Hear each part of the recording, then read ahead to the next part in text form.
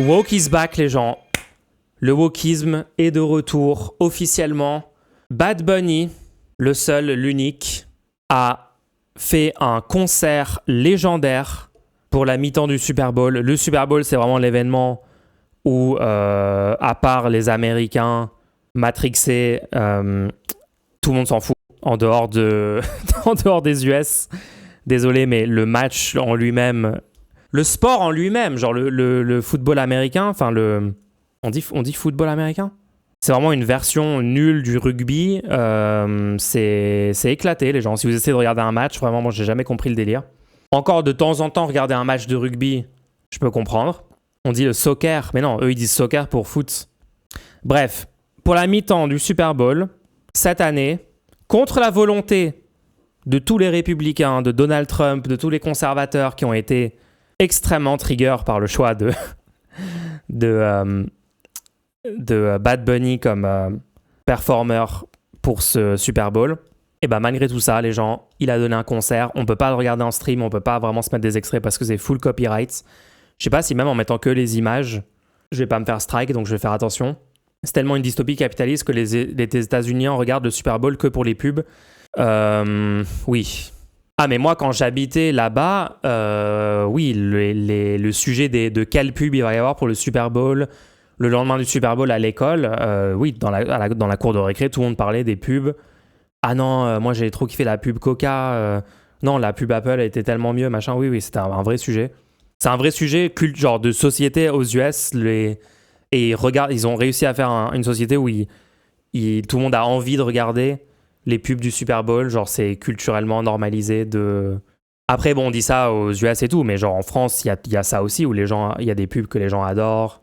Il y a des pubs historiques et les gens disent « Ah, tu connais pas cette pub, quoi? C'est la fameuse pub...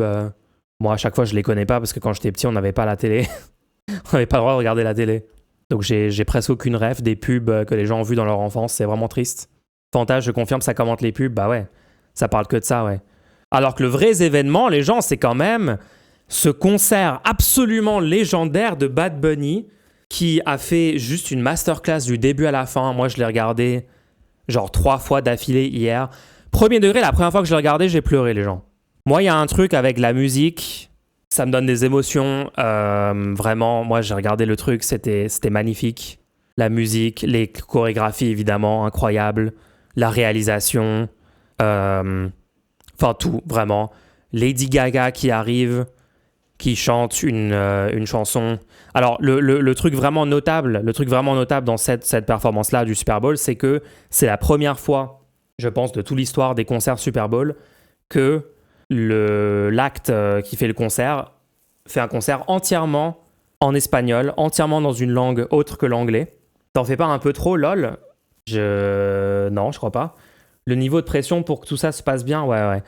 C'est la première fois, les gens. C'est la première fois dans l'histoire de cet événement que c'est quelqu'un qui chante 100% dans une langue autre que l'anglais. Et bien sûr, on va parler des répercussions politiques. Mais évidemment, ça trigger tous les snowflakes droitardés américains. L'anglais n'est pas la seule langue aux US, évidemment. C'était fort en humanité, en espoir et en amour. C'est un GOAT. Vraiment, enfin, tout l'événement, les gens, toutes les références dedans. Donc, il a vraiment fait des références à Puerto Rico. Si vous n'êtes pas au courant, et là, on se prend une carte. C'est bien, il faut réviser sa géographie de temps en temps, c'est important. Porto Rico, île des Caraïbes, située ici. Attendez, je vais prendre une carte avec les noms des autres pays parce que je suis catastrophique en géographie. Alors, Puerto Rico, San Juan, dans les Caraïbes. Donc, vous avez République dominicaine, Haïti, Cuba, Jamaïque. Et là, vous avez Miami. Donc, Puerto Rico, si vous n'êtes pas au courant, c'est un territoire qui fait partie des États-Unis d'Amérique légalement, mais qui a un statut très particulier. Ils n'ont pas le droit de vote dans les élections américaines, par exemple. Et historiquement, bien sûr, il y a eu énormément de colonialisme états-unien. Enfin, d'ailleurs, c'est pas juste historiquement, c'est encore aujourd'hui, vu leur statut. 3,2 millions de portoricains sont des citoyens américains. Porto Rico a aussi sa propre constitution. En tant que territoire non incorporé, organisé avec le statut de Commonwealth, Porto Rico a depuis les années 50 un grand degré d'autonomie. Ses citoyens élisent leur gouvernement et leur gouverneur. Donc en fait, ils n'ont pas le droit de vote dans les élections états-uniennes. Voilà, toutefois, ils n'ont pas le droit de vote à l'élection présidentielle et la défense, la politique étrangère ainsi que la monnaie restent assumées par les États-Unis. Donc c'est un peu un territoire qui a un droit inférieur aux gens qui sont nés sur le reste du territoire états-unien. C'est vrai que je vais peut-être commencer à faire un effort et dire états-unien vu le message de Bad Bunny à la fin du Super Bowl où il a remis les pendules à l'heure sur le terme America, où il a dit l'Amérique c'est un continent en fait, il a listé tous les pays. Genre statut colonial, Kanaki vibe, ouais, il y a des similarités.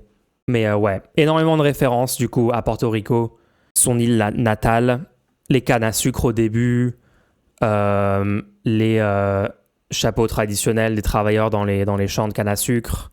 Vous avez genre un bar à New York, il y a une ref à ça, bref, il y avait des stars et tout, je vais pas trop commenter ça.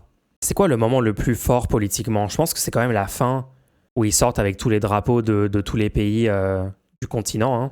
Est-ce que je peux juste mettre genre quelques secondes ?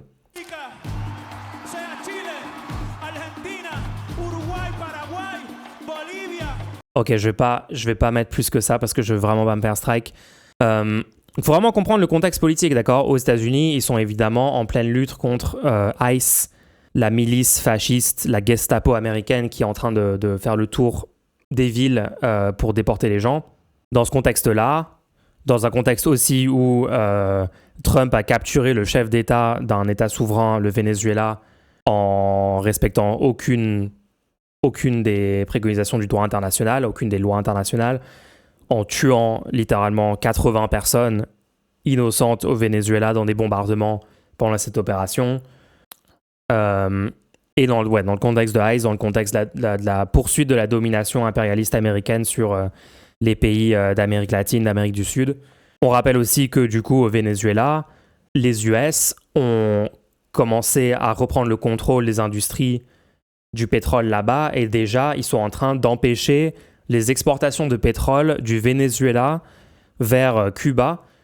Donc là apparemment Cuba vous savez que Trump a aussi Cuba dans son viseur.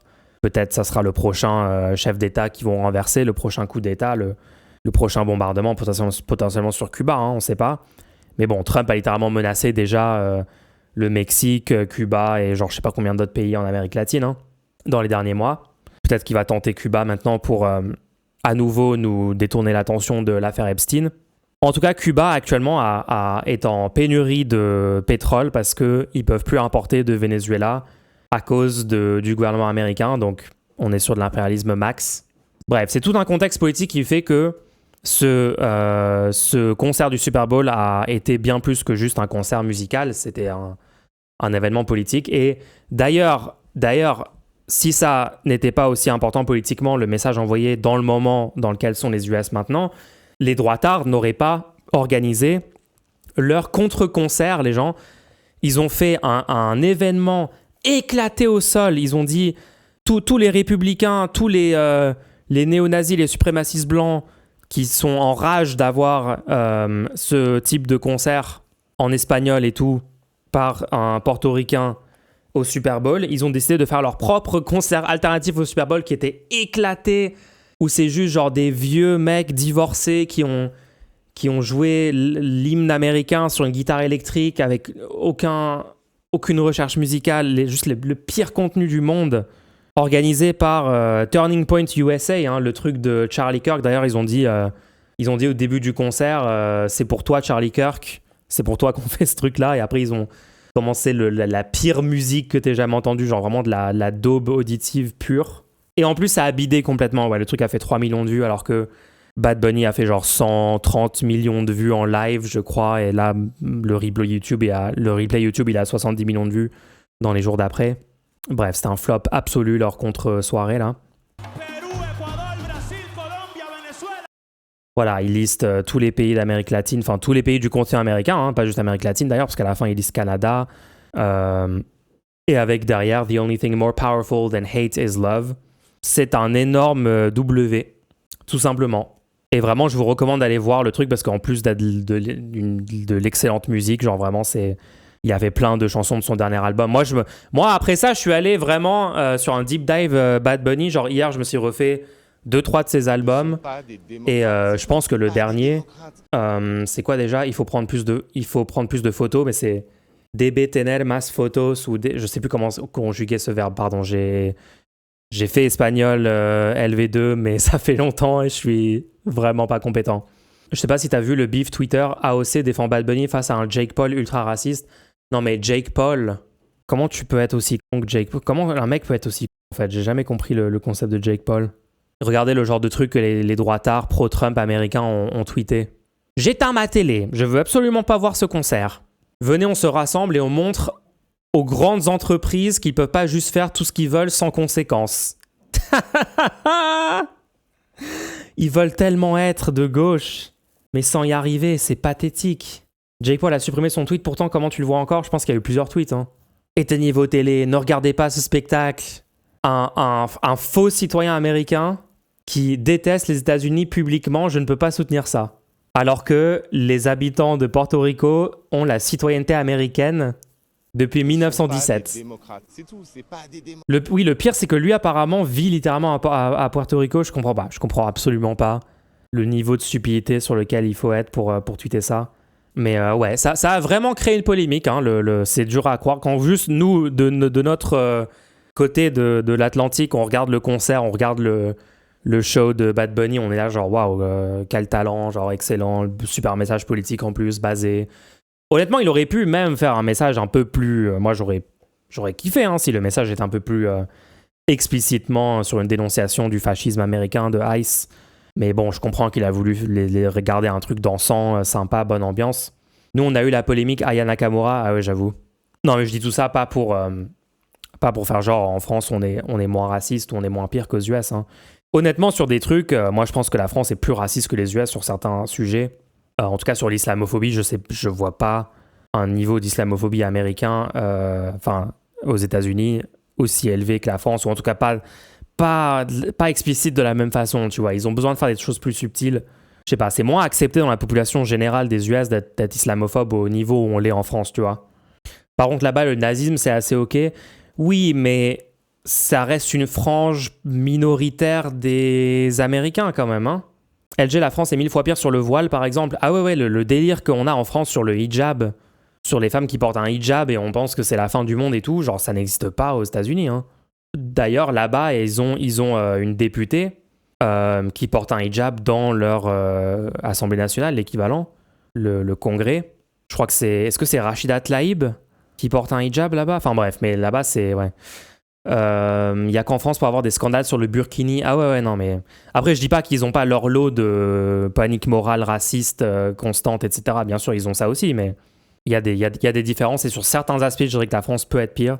C'est Ilhan Omar. Ah oui, attends, Oui, non, je pense pas que Rachida Tlaib, elle porte le hijab. Ça fait un moment d'ailleurs que j'ai pas entendu parler d'Ilhan Omar. Qu'est-ce qu'elle fait? Elle doit sûrement faire des trucs basés, je sais pas. Pareil, Rachida Tlaib, j'entends plus trop parler d'elle, hein.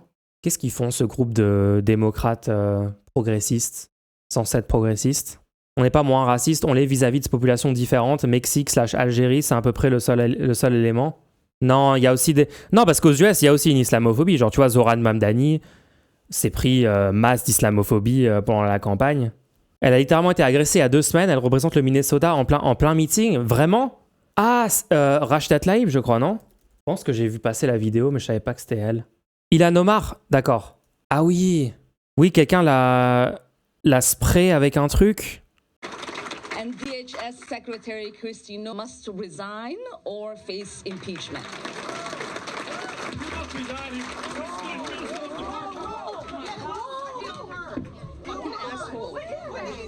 I don't know.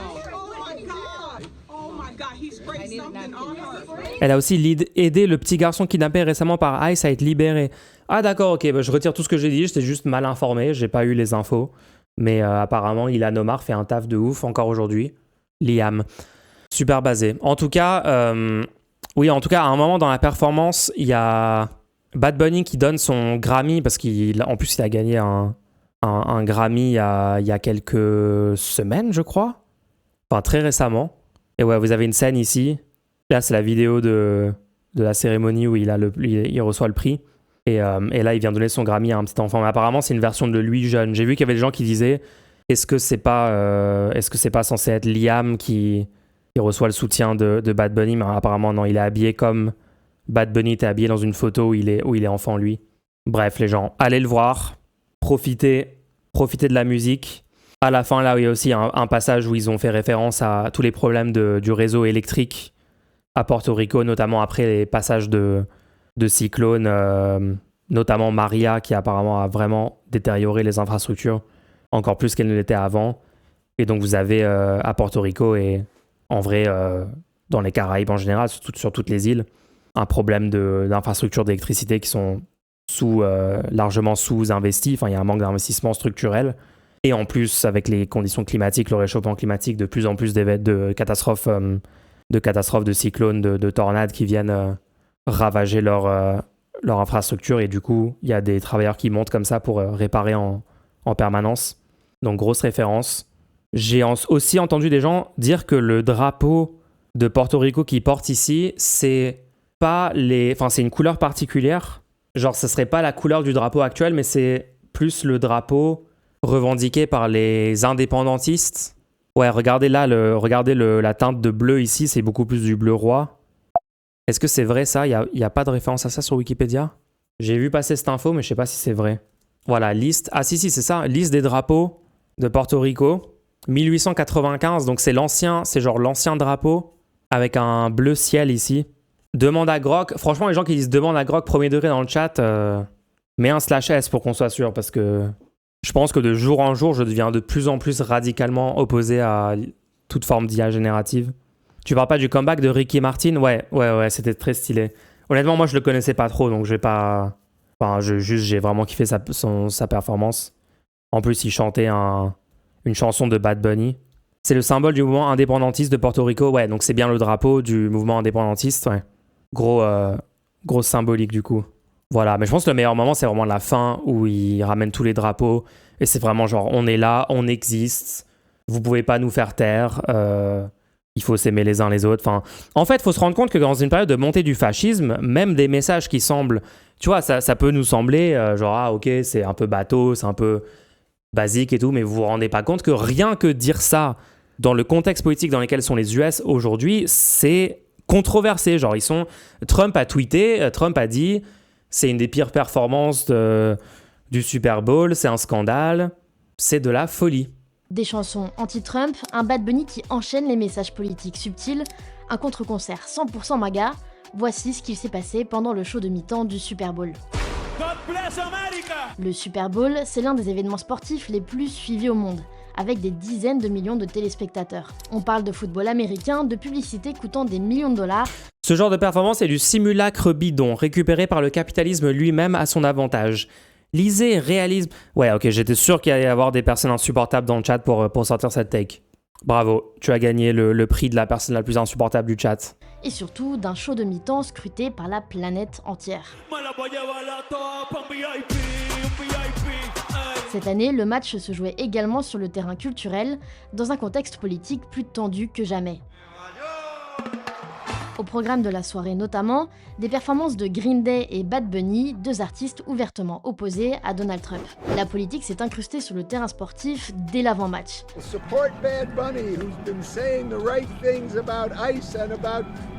À l'entrée du Levi Stadium, des militants ont distribué des serviettes Aïssa. Non, passer par un concert, passer par un événement incroyablement populaire où il y a des centaines de millions de personnes qui regardent littéralement pour envoyer un message clairement antifasciste, clairement anticolonial, clairement positif dans le contexte politique. Non, c'est pas bien, c'est de la récupération par le capitalisme. La vraie gauche ne fait que des choses qui sont vues par 3 personnes.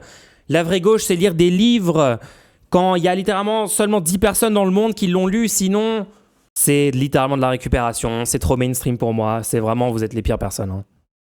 Réclamant le départ de la police de l'immigration américaine. La grand-messe du football américain s'est politisée davantage. Lui, il sait pas, tu vois, les manifestants qui ont profité de l'événement pour politiser les gens, pour propager un message de résistance contre la Gestapo fasciste opérante aux US, tous ces gens sont vraiment délus, quoi. Ils devraient vraiment relire Marx, comprendre que c'est la mauvaise méthode d'utiliser cet événement-là pour envoyer un message politique. départ de la police de l'immigration américaine. La grand-messe du football américain s'est politisée davantage pendant la cérémonie d'ouverture, avec Green Day aux commandes. Il y a quelques jours, le groupe a très clairement dit ce qu'il pensait de la politique migratoire de Donald Trump.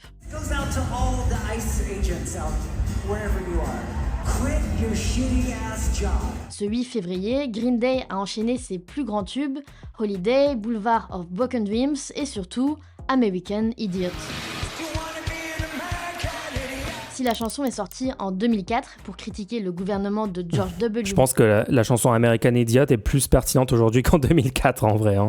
Bush était déjà un désastre absolu et un témoignage de à quel point l'humanité pouvait être stupide, mais je pense que Trump est encore plus stupide que Bush globalement. Enfin, tout le mouvement MAGA, et c'est pire que les années Bush quand même. Bush, ses paroles sont toujours d'actualité. Le titre était très attendu par les fans du groupe, et contrairement aux pronostics de certains, Billy Joe Armstrong n'a pas entonné le deuxième couplet. Le chanteur change régulièrement les paroles pour en faire une diatribe anti-Trump.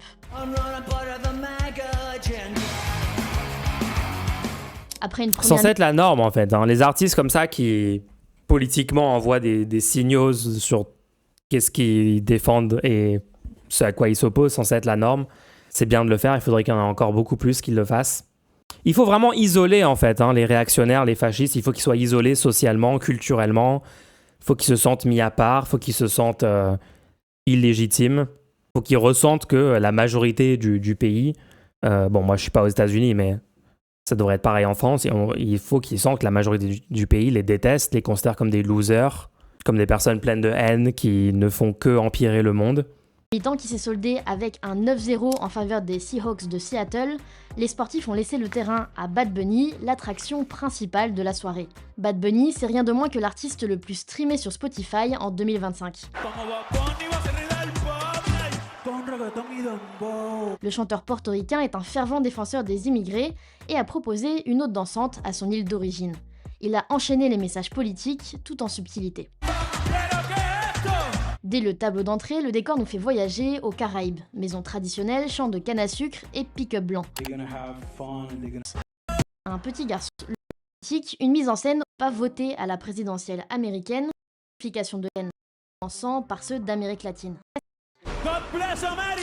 Si la phrase fait habituellement référence aux États-Unis, l'artiste a cassé les codes en citant tous les pays du continent américain, en commençant par ceux d'Amérique latine. Argentina, Uruguay, Paraguay, Bolivia, Pérou, Équador, Brésil. En fond, un message s'affiche en noir sur blanc, la seule chose plus puissante que la haine est l'amour. On peut y voir une référence à la résistance anti-Trump et anti-ICE. Tout au long de son show, le chanteur a glissé des clins d'œil aux... En fait, pour moi, c'est juste le truc qui me saoule après dans ces moments-là, c'est que j'ai l'impression que du coup, la majorité du pays aux US maintenant sont anti-Trump, comprennent que c'est horrible et tout, mais où est-ce que tous ces gens étaient pendant l'élection ? Je sais pas, il y a tellement une non-prise au sérieux des conséquences politiques de voter, du vote, des élections et tout. Donc là, tout le monde se réveille 1 an et demi après, maintenant que ICE est en train de mettre des balles dans la tête de citoyens dans les rues, etc.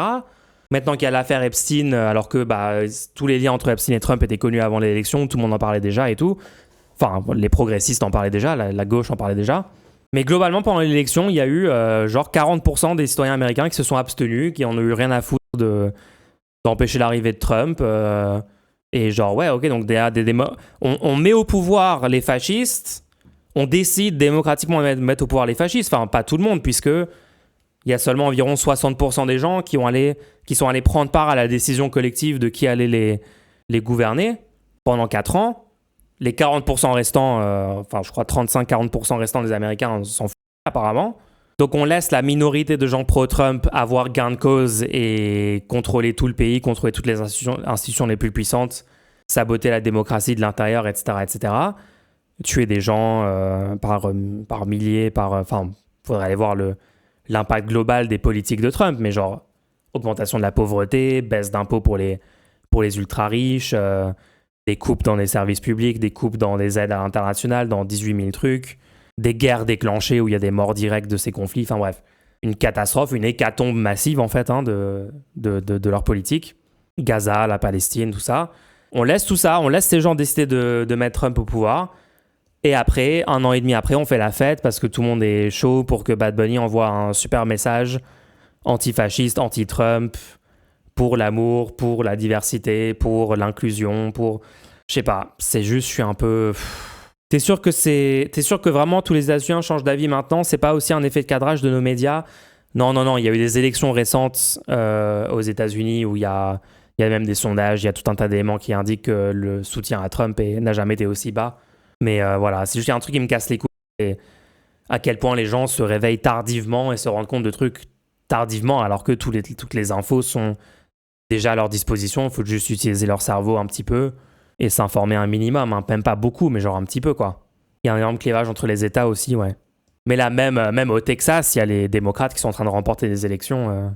Genre, il y a des États plutôt républicains qui sont en train de shifter beaucoup plus vers les démocrates, quoi. Ils ont besoin de faire venir un mec de Porto Rico pour faire passer le message, une bande de lâches. Je sais pas, c'est juste... Qu'est-ce que tu racontes? Il y avait littéralement personne en face de Trump pour leur dernière élection. Oui, je déteste Biden et Kamala Harris et toute cette aile droite du Parti démocrate. Je pense qu'il fallait évidemment choisir une meilleure candidature, beaucoup plus à gauche. Enfin, juste à gauche en fait, parce que le reste, enfin, ces gens-là sont pas à gauche, mais on se comprend là-dessus. Par contre, le concept de voter pour le moins pire n'est juste pas compris, n'est pas intégré par personne, jamais, et ça me casse profondément les couilles en fait. Fallait voter pour le moins pire, même si le moins pire, il est mauvais dans l'absolu. Immigrés latinos aux États-Unis. C'est le cas avec cet hommage à la Marqueta, un marché communautaire de New York célèbre pour ses produits latino-américains. Lorsque Bad Bunny s'est fait servir par Victor Villa, un célèbre vendeur de tacos de Los Angeles. Notons également en 60 ans d'histoire de compétition. Drapeau portoricain géant, ballon et ça, c'est un banger, ensemble nous sommes l'Amérique.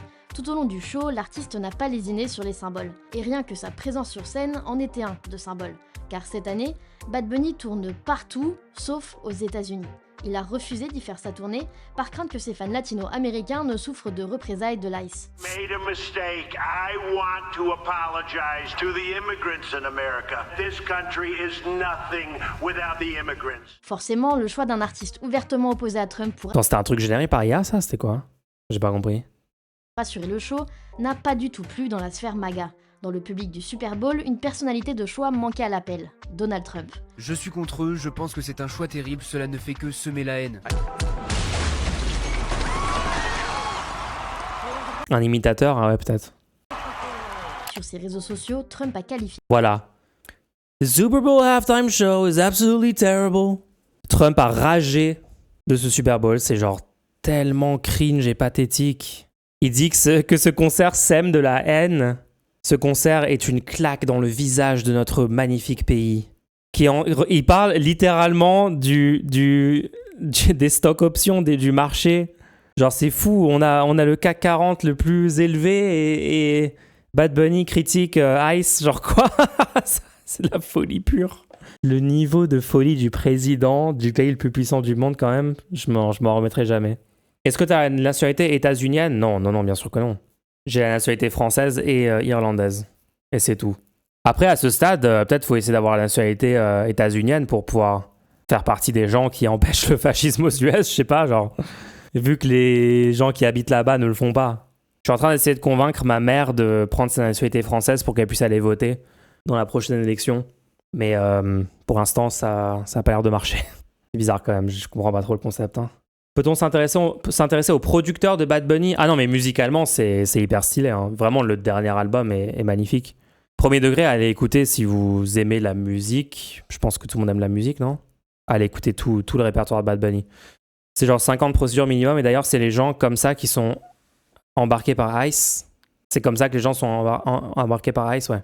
Tu ne peux plus y aller même en vacances. Ils checkent les réseaux sociaux. Ah non, mais je pense que là, si j'essaie d'aller aux US, je suis recalé direct. Hein. Non, elle peut pas voter parce qu'elle n'a pas la nationalité. Elle peut aux européennes, mais pas dans les autres élections. Voter pour le moins pire éternellement, est-ce que ça entretient pas la machine? Ouais, bah trop bien. Laissons Trump gagner, c'est bien. Comme ça, ICE tue des civils dans la rue, déporte des gens dans des prisons à El Salvador où ils se font torturer. Mais fin à la démocratie, ouais, c'est un super raisonnement. Hein. Vous êtes vraiment Vous êtes vraiment cool comme personne. Je pense que vous avez compris le message que voulait envoyer Benito. J'en peux plus. Franchement, les gens qui comprennent pas les élections, ça commence à vraiment me saouler. Hein. Quel Benito? Oh non. C'est vrai que le mec a un prénom... Le vrai nom de Bad Bunny, c'est Benito Antonio Martinez Ocasio. D'ailleurs, il y avait des droitardés américains qui ont cru que Ocasio... Ah, il s'appelle Ocasio, donc c'est... Non, parce que je crois qu'il avait Ocasio sur son... Enfin, sur le dos de son outfit. Et du coup, les gens ont dit quoi? Il appelle à voter pour Alexandria Ocasio-Cortez. Ils pensent que le nom Ocasio, genre, il y a une seule personne qui a ce nom. C'est comme les gens qui disaient mon père est telle personne qui a le même nom de famille que moi. Genre, les gens comprennent pas le concept que plusieurs personnes peuvent avoir le même nom. Genre. Ou alors, faut leur expliquer avec un prénom que eux considèrent comme faisant partie de leur communauté ou je sais pas quoi. Genre, tu peux avoir plusieurs John. Ah oui, là, c'est logique. Plusieurs Ocasio? Non. Impossible. AOC égale Amélie Oudéa Castéra, waouh. Ah ouais, c'est vraiment, il y a la AOC basée et la cursed AOC. C'est compliqué les homonymes, bah pour la droite, ça a l'air compliqué. Hein. Ouais. Intéressant en tout cas, intéressant ce Super Bowl. Entre celui-là et celui de Kendrick Lamar l'année dernière, je sais pas lequel j'ai préféré, les deux étaient excellents. Du coup, moi je suis carrément allé revoir celui de Rihanna, était vraiment stylé aussi, hein. On va pas se mentir. Très fort. Je suis même allé revoir celui de Beyoncé de 2013, qui est aussi légendaire selon moi. Hein. Mais ouais, moi j'aime bien. En tout cas, moi j'aime bien.